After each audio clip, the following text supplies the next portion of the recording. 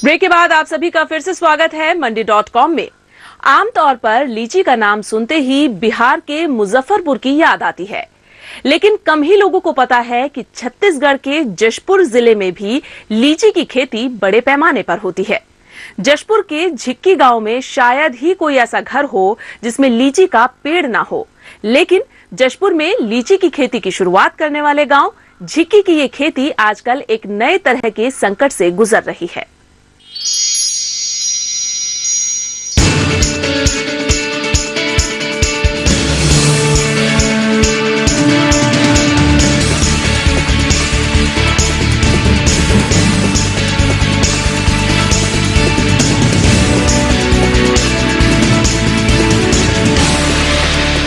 छत्तीसगढ़ के जशपुर जिले में ये झिक्की गांव है, जिसे इस पूरे इलाके में यहाँ की लीची की खेती के कारण जाना जाता है। ऐसा इसलिए कि 50 साल पहले जब यहाँ के एक किसान ने लीची का पहला पौधा लगाया, उस समय तक यहाँ किसी ने लीची की शक्ल तक नहीं देखी थी। लेकिन उसके बाद उसी लीची के एक पौधे से इस पूरे इलाके में लीची के पेड़ लगे। हालांकि बाजार की बदलती जरूरतों के साथ तालमेल न बिठाने के कारण लीची की ये खेती यहाँ एक संकट के दौर से अब गुजर रही है। हर घर में लीची के पेड़ वाला ये गांव है झिक्की। झिक्की छत्तीसगढ़ के जशपुर जिले में है। छत्तीसगढ़ के जशपुर जिले के बाद झारखंड शुरू हो जाता है। इस गांव में लीची के पेड़ अभी तो हर घर में नजर आ रहे हैं, लेकिन लीची के आकर्षण में इस गांव के लोगों को आने की शुरुआत इस पेड़ से हुई। बुजुर्ग आनंद साहू ने करीब 70 साल पहले कोलकाता से ये पेड़ मंगाकर लगाया था, और इसके बाद तो इस इलाके के लोगों को लीची से ऐसा मोह हुआ कि रसों से भरा ये लाल दानेदार छिलके वाले सफेद फल यहाँ की पहचान बन गए। कलकत्ता से मंगाए, ये साहब लोग मंगा दिए ब्लॉक का, समझ गए। तो वहाँ से वो खबर किए, फिर हम गए, फिर वहाँ से लाए और ला करके इसको लगाए हम।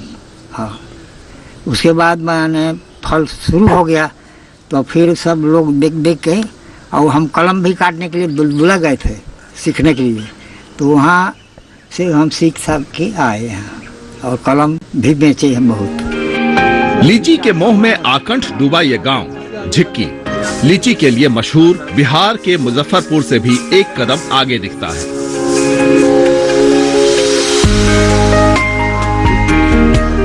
मुजफ्फरपुर में लीची की खेती खेतों में होती है, लेकिन बगीचा ब्लॉक के झिक्की गांव में घर में लीची का पेड़ अनिवार्य शर्त जैसा नजर आता है। शायद ही कोई ऐसा घर हो जहां 2 या 4 लीची के पेड़ न लगे हों। वैसे तो इस इलाके की मुख्य फसल धान ही है, लेकिन ऐसे किसान ढूंढना कोई मुश्किल नहीं जो अपनी 4 से 6 एकड़ की पूरी जमीन पर लीची की ही खेती करते हैं। हालांकि ऐसे किसानों के लिए हाल के वर्षों में संकट बढ़ा है, क्योंकि उन्हें लीची का भाव नहीं मिल पाता। मार्केट में जो लोग खरीदते हैं वो तो 100-150 रुपए किलो तक खरीदते हैं, और जो यहाँ मतलब आते हैं व्यापारी बाहर से, वो क्या है कि बहुत कम मात्रा में आते हैं, कम लोग आते हैं, तो हम लोग को बाजार का जो भाव है उस भाव से हम लोग को नहीं मिल पाता है रेट, जो रेट आप लोग को मिलना चाहिए। और अपन मतलब यहाँ पे वही 25 से 30 रुपए केजी के हिसाब से ही मतलब खरीदते हैं और ले जाते हैं। लीची ने इस गांव को समृद्धि का रस दिया, लेकिन पिछले कुछ सालों से आई मुश्किलें लीची किसानों के लिए संकट बढ़ा रही है। किसानों का कहना है कि उनके लिए बाजार का संकट सबसे बड़ा है, जिससे बचने के लिए कई तो पेड़ों को ठेके पर उठा देते हैं, और जो खुद से फल बेचने की कोशिश करते हैं उन्हें व्यापारियों की गिरोहबंदी का शिकार होना पड़ता है। इस कारण किसान भले लीची की खेती से प्यार करता हो, लेकिन प्रति एकड़ 50 से 60 हजार की आमदनी के साथ ये खेती उसकी समृद्धि का सबब नहीं बन पा रही। व्यापारी जो बाहर से आते हैं, वो एक व्यापारी आता है, आके देखने के बाद में वो देख के चला जाता है। तो दूसरा व्यापारी जब आता है, उसको सामने वाला वो बोल के रखता है कि नहीं, आप मतलब मैं ले रहा हूँ इस फसल को, आप मत आना यहाँ आके। उसके कारण से हम लोग को लीची में रेट नहीं मिल पाता है, अच्छी रेट नहीं मिल पाती है। और दूसरा व्यापारी आता तो कंपटीशन होता, तो हमको भी अच्छा रेट मिल जाता। व्यापारियों की गिरोहबंदी से मुकाबले के लिए सरकार किसानों को भी एकजुट करने की योजना बना रही है। किसान उत्पादक संगठन बनाने के लिए किसानों को प्रोत्साहित किया जा रहा है, जिससे किसान एक साथ लीची अच्छे से अच्छे भाव पर बेच सके, फिर वो स्थानीय छोटे व्यापारी हों या दूसरे राज्यों के बड़े कारोबारी। यहाँ किसानों को जो उत्पादन करते हैं उसका सही मूल्य नहीं मिलता है, इसलिए जो हम लोग किसानों को संगठित करके एक एफपीओ बनाने के सोच रहे हैं और शासन का भी निर्देश है। और जैसे हम लोग वहाँ इसका प्रयोग किए हैं सन्ना क्षेत्र में, उसका अच्छा रिजल्ट मिला है। पिछले साल पहला उनका वो था वर्ष था जिसमें वो लोग 40 लाख का कारोबार किए, इसमें मिर्च, टमाटर और नाशपाती के खरीद बिक्री किए हैं। ये किसानों को भी अच्छा रेट मिला और बिचौलिए से भी उनको बचत हो गया। बाजार तक पहुंचने और मार्केटिंग के अलावा झिक्की के लीची किसान लीची के पेड़ों में लगने वाली बीमारी से भी जूझ रहे हैं। 6 साल पहले से यहाँ के लीची के पत्तों में एक रहस्यमय बीमारी लग रही है, जिसके कारण किसानों का कहना है कि पिछले साल महज 25% उत्पादन हो सका। बागवानी विभाग के अधिकारी हालांकि दावा करते हैं कि उन्होंने किसानों की मदद करने की भरसक कोशिश की है, लेकिन नतीजे अब तक आशाजनक नहीं हो सके हैं। 1 साल पहले किसान यहाँ शिकायत लेके आए थे कि हमारे लीची पेड़ में बीमारी है जिसके कारण फलन नहीं हो रहा है। तो मैंने अपने प्रयास से एक कृषि विज्ञान केंद्र वालों को बुलवाया, उनका टीम, और यहाँ पूरा 1 दिन उनका कार्यशाला रखवाया। पूरे किसानों को एकत्रित करके उनको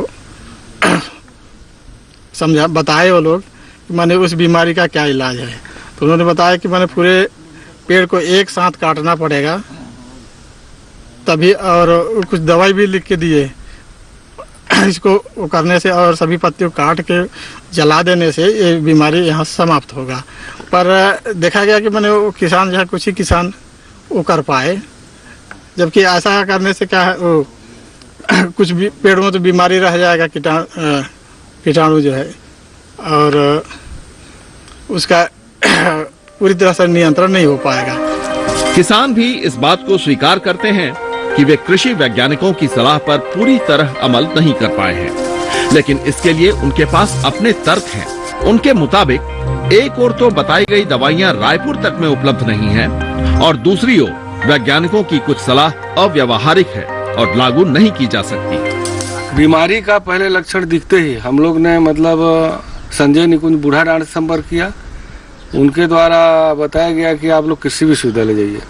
तो हम लोग कृषि विश्वविद्यालय उसके डगाली को जो बीमारग्रस्त शाखाएं थी उनको तोड़ करके हम लोग ले गए और वहाँ उसका जांच करवाए।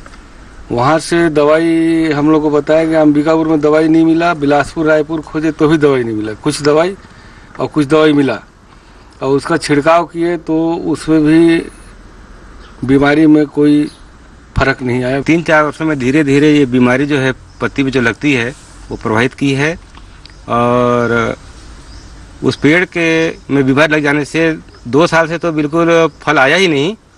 और उसके निदान के लिए कृषि वैज्ञानिक लोग रायपुर से आए हुए थे। उन्होंने सुझाव दिया कि पेड़ के नीचे का जो पत्ती वगैरह होता है उनको जला दिया जाए और उनके डाली को तोड़ दिया जाए, और तो उससे आपको निदान मिल सकता है। और दवाई भी लिख दिए थे, लेकिन कृषि वैज्ञानिक की तरफ से बताया गया दवाई का यहाँ पर उपयोग नहीं किया गया, जो कि बीच में उन लोग आए भी नहीं थे, आएंगे बोले थे। इसमें कोई दो मत नहीं कि झिक्की और आसपास का ये इलाका लीची उत्पादन के एक बड़े केंद्र के तौर पर उभर सकता है, लेकिन इसके लिए सरकार और किसान दोनों को सम्मिलित प्रयास करने होंगे। अपना बाजार तैयार करने के लिए जहां किसानों को संगठन की शक्ति का सहारा लेना होगा, वहीं लीची की खेती के क्षेत्र में हो रहे नवीनतम अनुसंधानों को किसानों के खेतों तक पहुंचाने का बीड़ा सरकार को उठाना होगा। केवल तभी लीची से लिखी जा रही समृद्धि की ये इबारत अपनी मंजिल तक पहुंच सकेगी।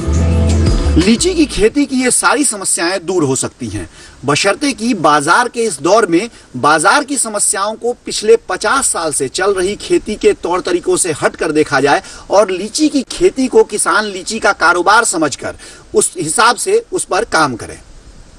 जशपुर जिले के झिक्की गांव से मंडी.com के लिए अनिल वत्स के साथ भुवन भास्कर।